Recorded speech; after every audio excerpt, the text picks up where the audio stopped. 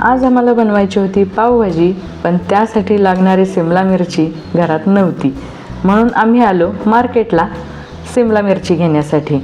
तसंच बाकीच्यासुद्धा थोड्या थोड्या भाज्या घेतल्या, पण नेमका पावसाने गोंधळ घातला आणि आम्ही भिजतच काही वेळ थांबलो.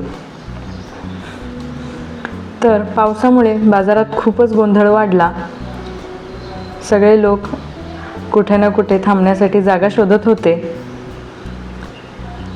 तर आम्ही शेवटी वाट बघून बघून घरी आलो. मस्त अशी पावभाजी बनवली आणि अमरदीप आले होते मला नेण्यासाठी बोरगावहून इचलकरंजीला. मस्तपैकी पावभाजीचा बेत त्यांच्या आवडीचा, त्यांना खूप आवडला. आम्ही सगळे छान जेवण करून निघणारच होतो इचलकरंजीला येण्यासाठी, पण पुन्हा पाऊस आल्यामुळे आम्ही थोडा वेळ घरीच थांबलो.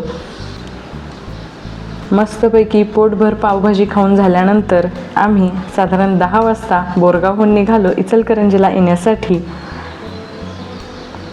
आणि 10:30 वाजता आम्ही इचलकरंजीमध्ये पोहोचलो. घरचे सगळे खूप खुश झाले मुलांना बघून आणि असा हा आजचा आमचा दिवस छान गेला.